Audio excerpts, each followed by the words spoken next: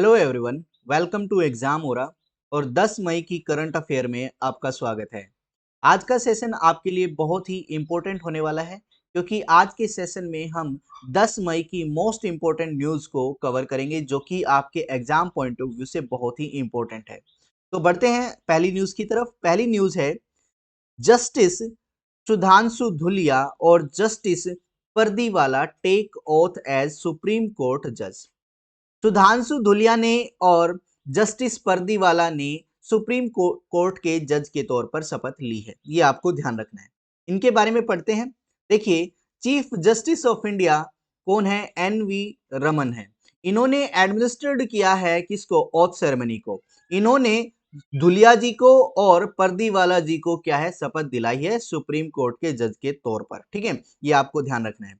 अब जो जस्टिस धुलिया जी हैं वो पहले चीफ जस्टिस थे गुवाहाटी हाई कोर्ट के। ये भी आपके लिए बहुत ही इंपॉर्टेंट न्यूज है। और जो जस्टिस परदीवाला जी हैं वो गुजरात हाई कोर्ट के जज थे। ये अपॉइंटमेंट जैसे ही हुई है तो सुप्रीम कोर्ट में मैक्सिमम स्ट्रेंथ पहुंच गई है 34। ये आपको ध्यान रखना है। ठीक है, ये इसकी क्या है? मैक्सिमम स्ट्रेंथ है 34। अभी के लिए याद रखना है कि अभी सुप्रीम कोर्ट में 34 जजेस हैं। ठीक है, इसके बाद जो नेक्स्ट न्यूज है वो है Mindtree and L and T Infotech announces merger to create India's 5th largest IT service. देखिए, माइंड ट्री और एल&टी का मर्ज हो चुका है और इन्होंने मिलकर इंडिया की 5वीं सबसे बड़ी आईटी सर्विस कंपनी बना डाली है। इसमें देखते हैं एल&टी इंफोटेक और माइंडट्री, ये दो अलग अलग इंडिपेंडेंट आईटी सर्विस कंपनियां थी जो कि लार्सन एंड टर्बो ग्रुप के अंडर काम करती थी। और इन्होंने क्या है? अब मर्ज कर लिया है अपने आप को और बना दिया है इंडिया की 5th largest IT service provider. ठीक है, और इनको जो कंबाइंड नाम दिया गया है वो एलटीआई माइंडट्री के नाम से इनको जाना जाएगा। ठीक है, ये आपको ध्यान रखना है, बहुत ही इंपॉर्टेंट न्यूज है। उसके बाद इंडियन नेवी P8I फ्लीट ये क्या करेगा? होस्ट करेगा बोइंग को और एयरवर्क्स के कोलैबोरेशन को। ठीक है, ये आपको ध्यान रखना है। जो इंडियन नेवी का P8I फ्लीट है वो बोइंग और एयरवर्क्स को के सहयोग को मेजबानी करेगा। ठीक है, ये आपको ध्यान रखना है। अब हम बात करते हैं एयरवर्क्स और बोइंग के बारे में। ठीक है, एयरवर्क्स क्या है? एयरवर्क्स क्या है? ये इंडियन बेस्ड कंपनी है। ठीक है, जो कि मेंटेनेंस का काम करती है, रिपेयर का काम करती है और ओवरहॉल वर्क करती है। किसका? किसके साथ? बोइंग कंपनी के साथ। और Boeing company US based company है। ठीक है, और ये किसका मेंटेनेंस करती है? ये मेंटेनेंस करती है Indian navy P8I long range maritime petrol aircraft का। ठीक है, और जो एयर वर्क्स है वो होसूर में स्थापित है। ये आपको ध्यान रखना है। जैसे ही इन्होंने एयर वर्क्स ने मेंटेनेंस का काम और रिपेयर और ओवरहॉल का काम संभाला है तो ये कहीं ना कहीं सक्सेसफुल कर रहा है गवर्नमेंट के प्लान को जो कि है आत्मनिर्भर भारत। ठीक है, यानी आत्मनिर्भर भारत को कैंपेन को सक्सेसफुल कहीं ना कहीं सक्सेसफुल कर रहा है अपना एयरवर्क्स। ठीक है, क्योंकि ये अब कहीं ना कहीं यूएस पर यानी अमेरिका पर डिपेंड नहीं है। ठीक है, और ये अब बात करते हैं बोइंग कंपनी की। ये एक मल्टीनेशनल कंपनी है, अमेरिकन कंपनी है जो कि डिजाइन करती है, मैन्युफैक्चरिंग करती है, सेल करती है किसका? प्लेन्स का, रोटर क्राफ्ट का, रॉकेट्स का, सैटेलाइट्स का, टेलीकम्युनिकेशन इक्विपमेंट्स का और मिसाइल का, पूरी दुनिया में, ऑल ओवर द वर्ल्ड। ठीक है, अब एयरवर्क्स के बारे में और अधिक जानकारी हासिल करें तो इसकी स्थापना 1951 में हुई थी। इसके एमडी और सीईओ आनंद भास्कर जी हैं। इसका हेडक्वार्टर गुरुग्राम हरियाणा में है।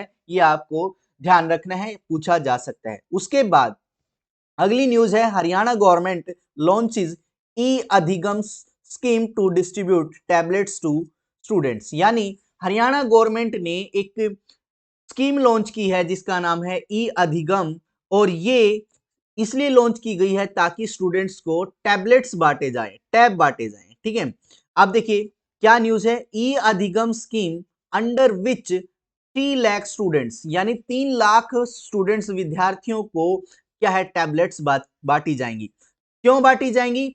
ये टैबलेट्स इसलिए बांटी जाएंगी ताकि ऑनलाइन एजुकेशन को प्रमोट किया जा सके। ठीक है, मनोहर लाल खट्टर लॉन्चेस द देखिए ये अधिगम की क्या है, फुल फॉर्म है, advance digital Haryana initiative of government with adaptive module. ये अधिगम की क्या है, फुल फॉर्म है, ये आपको ध्यान रखनी है।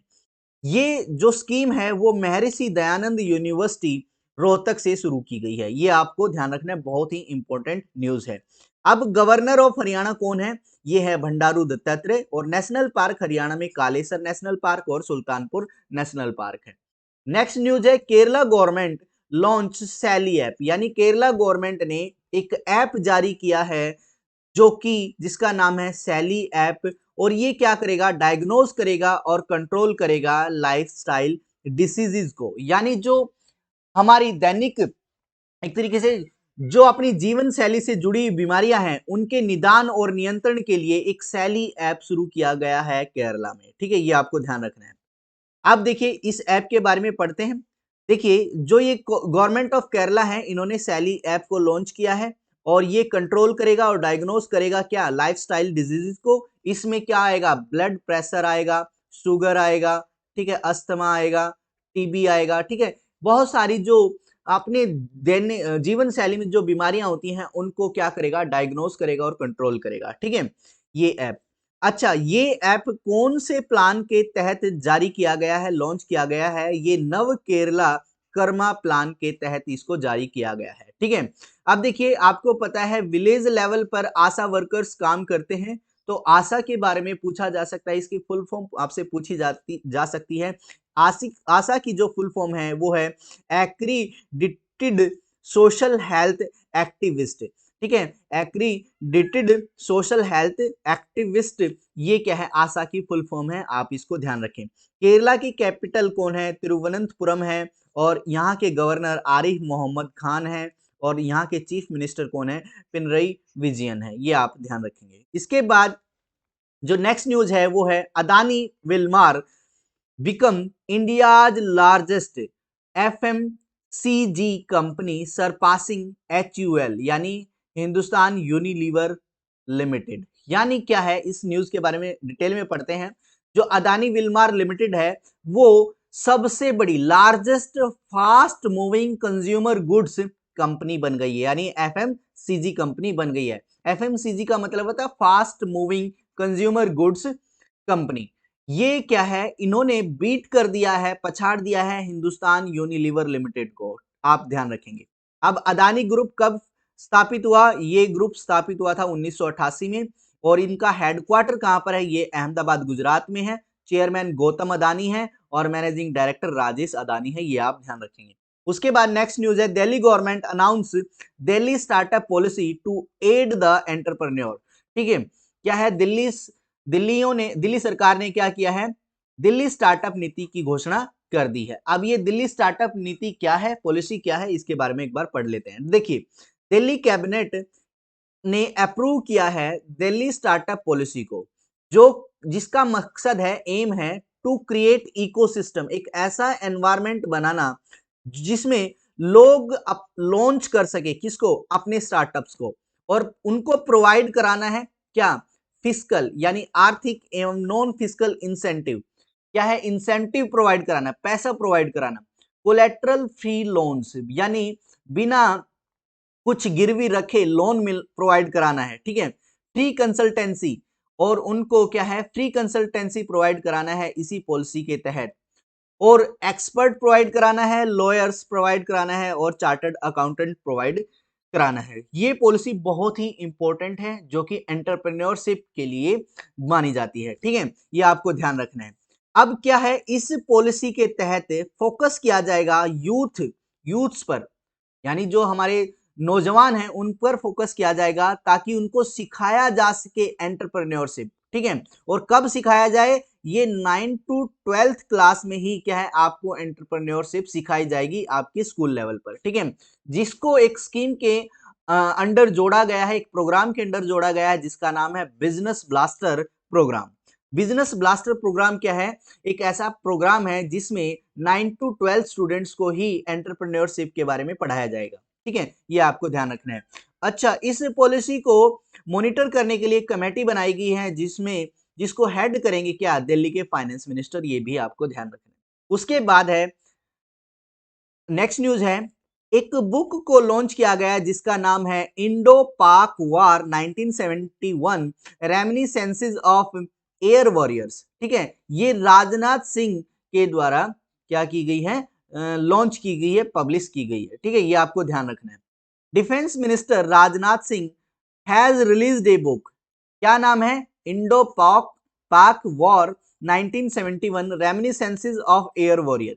ये आपको ध्यान रखना है, किसकी याद में, ये 37th air chief marshal PC Lal की याद में इसको लॉन्च किया गया है। और ये पीसी लाल कौन है, प्रताप चंद्र लाल है, प्रताप चंद्र लाल है।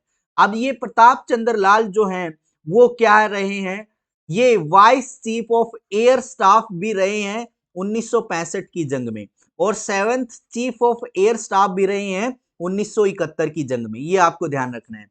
और इस बुक को जो एडिट किया गया है वो मार्शल जगजीत सिंह के द्वारा एडिट किया गया है, और ग्रुप कैप्टन शैलेंद्र मोहन के द्वारा भी एडिट किया गया है। ये आपको ध्यान रखना है, बहुत ही इंपॉर्टेंट न्यूज है।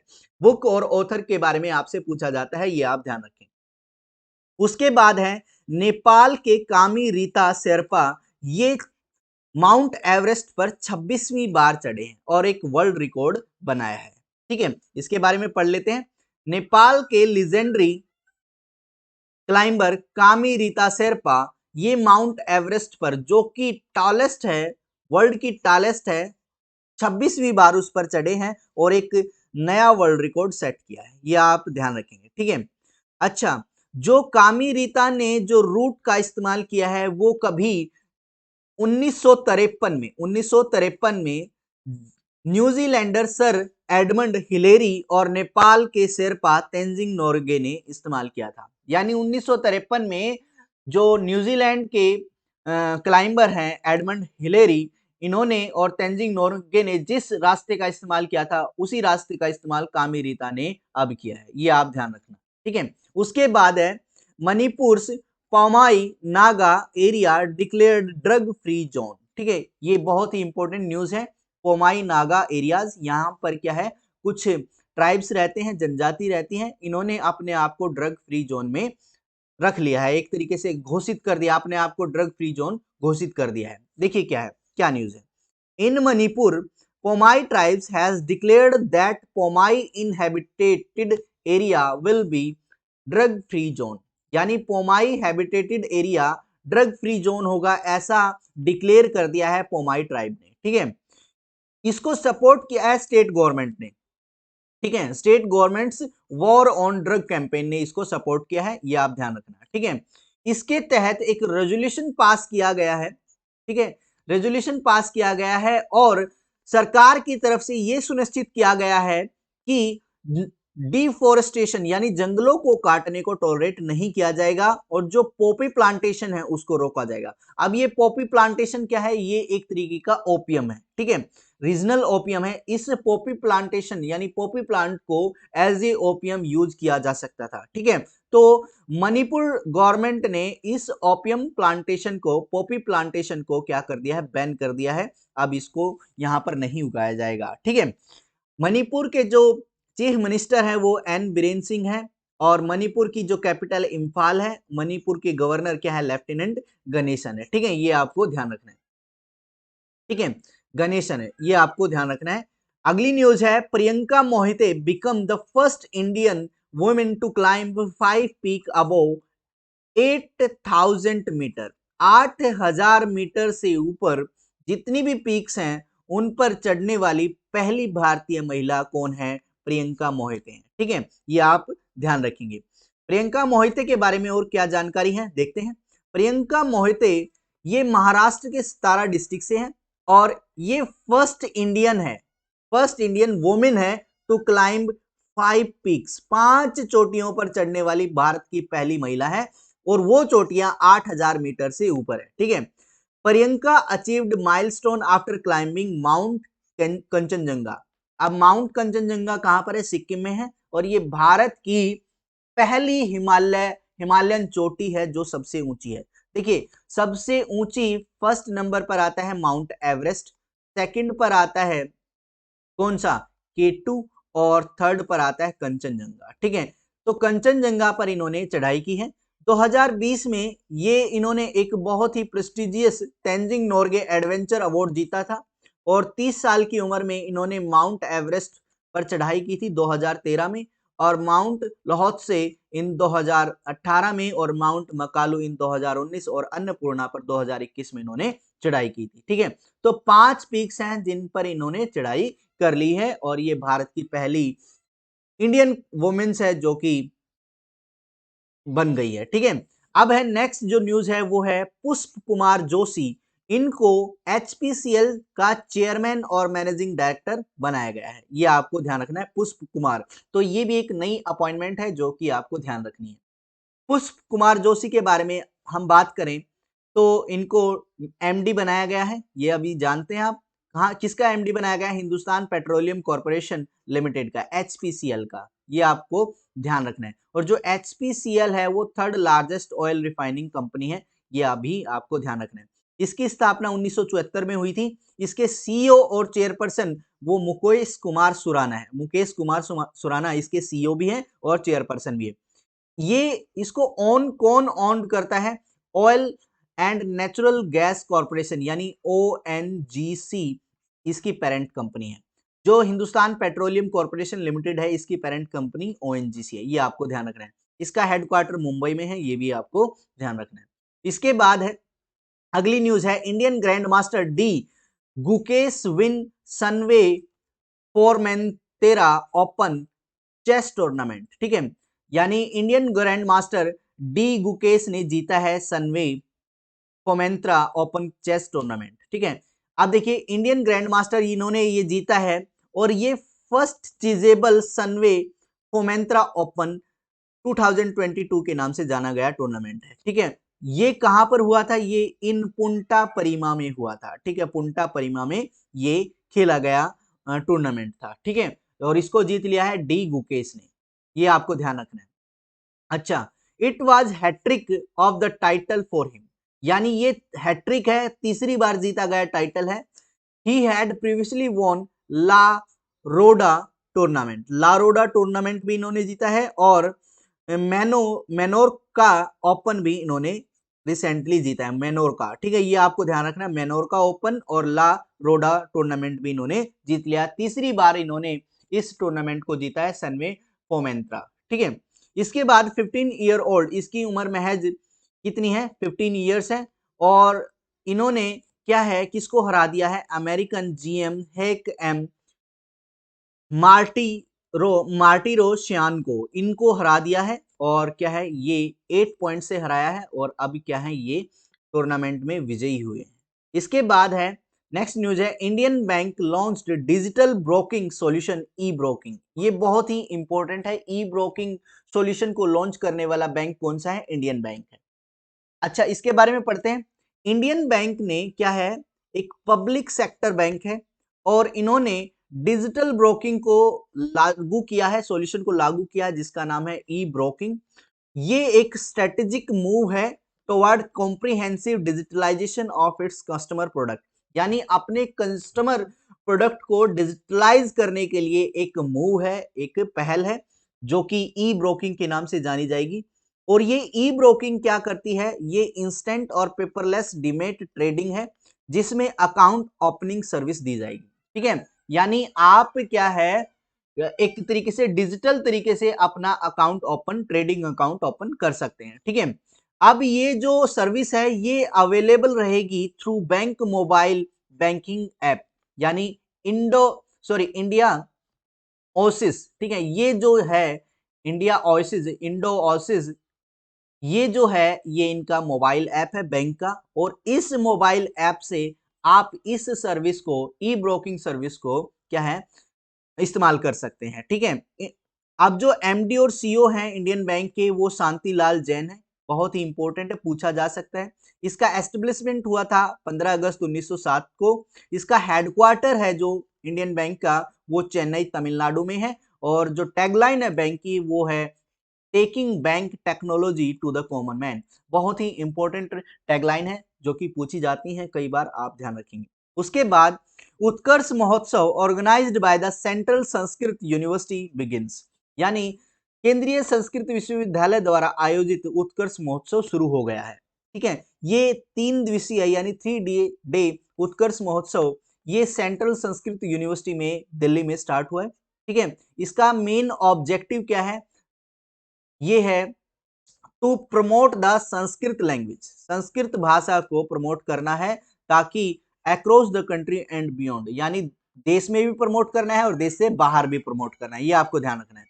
ये इवेंट जॉइंटली ऑर्गेनाइज्ड किया गया 3 यूनिवर्सिटीज के द्वारा, जो कि है central Sanskrit university New Delhi पहली यूनिवर्सिटी, दूसरी है Shri Lal Bahadur national Sanskrit university New Delhi दूसरी यूनिवर्सिटी, और नेशनल संस्कृत यूनिवर्सिटी तिरुपति। ये 3 यूनिवर्सिटियां मिलकर इसको क्या कर रही है, इस इवेंट को होस्ट कर रही है। इसकी मेन थीम क्या है? इसकी मेन थीम है महोत्सव की global orientation of Sanskrit study in the new educational era, यानी न्यू एजुकेशनल एरा में वैश्विक ओरिएंटेशन संस्कृत की टीचिंग का होना चाहिए, ये ऐसा क्या है, इसकी थीम है। अगली जो न्यूज है वो है Sri Lankan prime minister Mahinda Rajapaksa resign after anti government protest. यहाँ पर जो न्यूज है जो पूछा जा सकता है वो ये है कि जो श्रीलंका के पीएम है वो कौन थे? वो महिंदा राजपक्षा थे। ठीक है, इन्होंने क्या कर दिया, रिजाइन दे दिया है, क्योंकि क्या है वहां पर एंटी गवर्नमेंट प्रोटेस्ट चल रहे थे। ठीक है, फ्राइडे को क्या हुआ, प्रेसिडेंट वहां के प्रेसिडेंट कौन है ये भी आपसे पूछा जा सकता है, प्रेसिडेंट है गोटाबया राजपक्षा। ठीक है, इन्होंने स्टेट इमरजेंसी को लागू कर दिया था और ये सेकंड टाइम था जो श्रीलंका में क्या है इमरजेंसी लागू हुई थी। ठीक है, ये आपको ध्यान रखना है।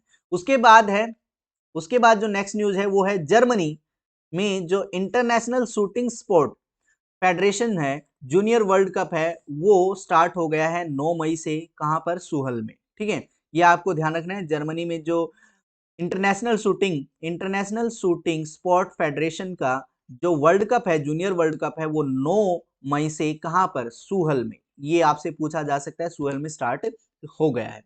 इसके बारे में देखते हैं, यहां पर जो मनु भाकर है और सौरभ चौधरी हैं, ये इंडिया को रिप्रेजेंट करेंगे। ठीक है, ये आपको ध्यान रखना है, मनु भाकर और सौरभ चौधरी।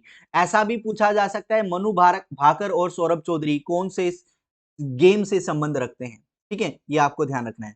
अब National Rifle Association of India NRAI has short listed as many as 51 shooter for the German World Cup. अब जो भारत को रिप्रेजेंट करने वाले शूटर्स हैं वो 51 हैं, जो कि national Rifle Association of India के द्वारा शॉर्ट लिस्टेड किए गए हैं, ये भी आपको ध्यान रखना है। उसके बाद जो थॉमस कप है, थॉमस कप में किदाम्बी श्रीकांत, ये पूछा जा सकता है कि किदाम्बी श्रीकांत कौन से गेम से खेल से संबंध रखते हैं। किदाम्बी श्रीकांत ने ब्रायन यंग को सेकंड डे हरा दिया है। ठीक है, ये आपको ध्यान रखना है।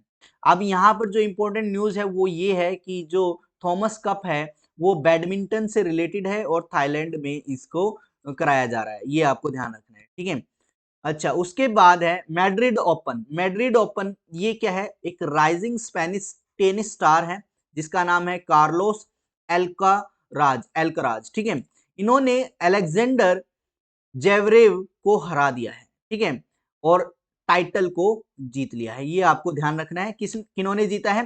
कार्लोस एल्कराज ने अलेक्जेंडर जेवरेव को हराकर क्या है मैड्रिड ओपन का टाइटल जीत लिया है, ये आपको ध्यान रखना है। अब देखिए, कार्लोस एल्कराज ने किसको हरा दिया है? अलेक्जेंडर जेवरेज को हरा दिया है और टाइटल जीत लिया है।